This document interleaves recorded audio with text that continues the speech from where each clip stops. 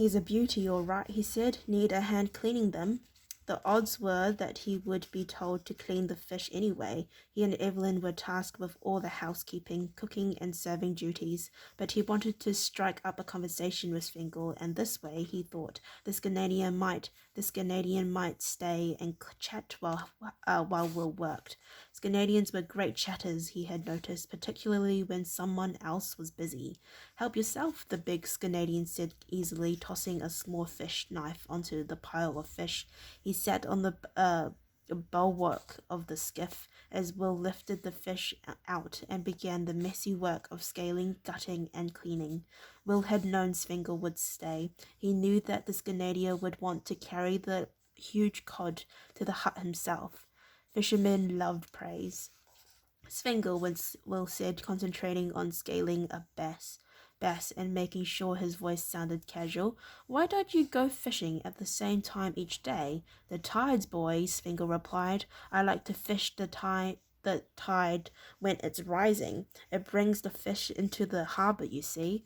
The tide? What's that? Will asked. Svengle shook his head at the Ireland's boy's ignorance of natural things. Haven't you noticed how the water in the harbour gets higher and then lower during the day? He asked. When Will nodded, he went on. That's the tide. It comes in and goes out, but each day it happens a little later than the day before. Will frowned. But where does it go out to? He asked. And where does it come from in the first place? Svengle scratched his beard thoughtfully. This wasn't something he had ever bothered to pursue. The tide was simply a fact of his life as a sailor. The why and where he left to other people. They say it's because the great blue whale, he said, remembering the fable he had heard as a child. Seeing Will's incomprehension, he continued, I suppose you don't know what a whale is either. He sighed at the boy's blank expression. A whale is a giant fish, as big as the cod, Will said, indicating the pride of Svengle's catch. The sea wolf laughed in genuine amusement. A good bit bigger than that, boy, quite a bit. As big as a walrus, then, Will asked. There was a colony of the lumbering animals on the rocks at the southern end of the anchorage, and he had learned the name from one of the crew. Svengle's grin widened even further. Even bigger. Normal whales are as big as houses, huge things they are, but the great blue whale is something else again. He's as big as one of your castles. He breathes the water in and then spits it out through a hole in the top of his head.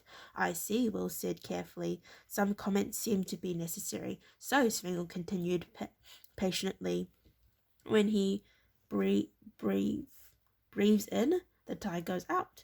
Then he spits it out again through a hole in the top of his head, Will said. He began to clean the cod. This all seemed far too fantastic. Fish with holes in their heads that breathed water in and out. Svengle frowned at the interruption and the note of disbelief he detected in Will's tone. Yes, through a hole in the top of his head. When he does that, the tide comes back in again. He does it twice a day. So why doesn't he do it at the same time every day? Will asked, and Svengle showed a further flash of annoyance. Truth be told, he had no idea. The legend hadn't covered this point. Because he's a whale boy, and whales can't tell what time it is, can they? Irritably, he grabbed the strings of cleaned fish, making sure that he had the knife as well, and stalked off up the beach, leaving Will to wash the fish blood and scales off his hands. Eric was sitting on a bench outside the eating hall as Svengle came up the beach. Nice cod, he said, and Svengle nodded briefly. Eric jerked a thumb in Will's direction and added, What was that all about? What? Oh, the boy. We were just talking about the great blue whale, Svengle replied. Eric rubbed his chin thoughtfully. Really? How did you get onto that subject? Svengle paused, thinking back on the conversation. Finally said, he just wanted to know about the tides, that was all. He waited to see if Eric had anything further to say, then shrugged and went inside. Did he now? Eric said to himself. The boy was going to need watching, he thought. For the next few hours he remained outside the hut, to all appearances dozing in the sun, but his eyes followed the apprentice ranger wherever he went. Several hours later he saw the boy tossing pieces of driftwood into the water, then watching them as the receding tide took them out to sea. Interesting, the warship's skipper muttered to himself. Then he noticed that Will was standing and peering under his hand at the harbour entrance. Eric followed the direction of his gaze and stood up in surprise, listing heavily to one side, lying low in the water and rubbing with an uneven complement of oars. A wolf ship was dragging itself into the bay. Ew. Wow, if you like to...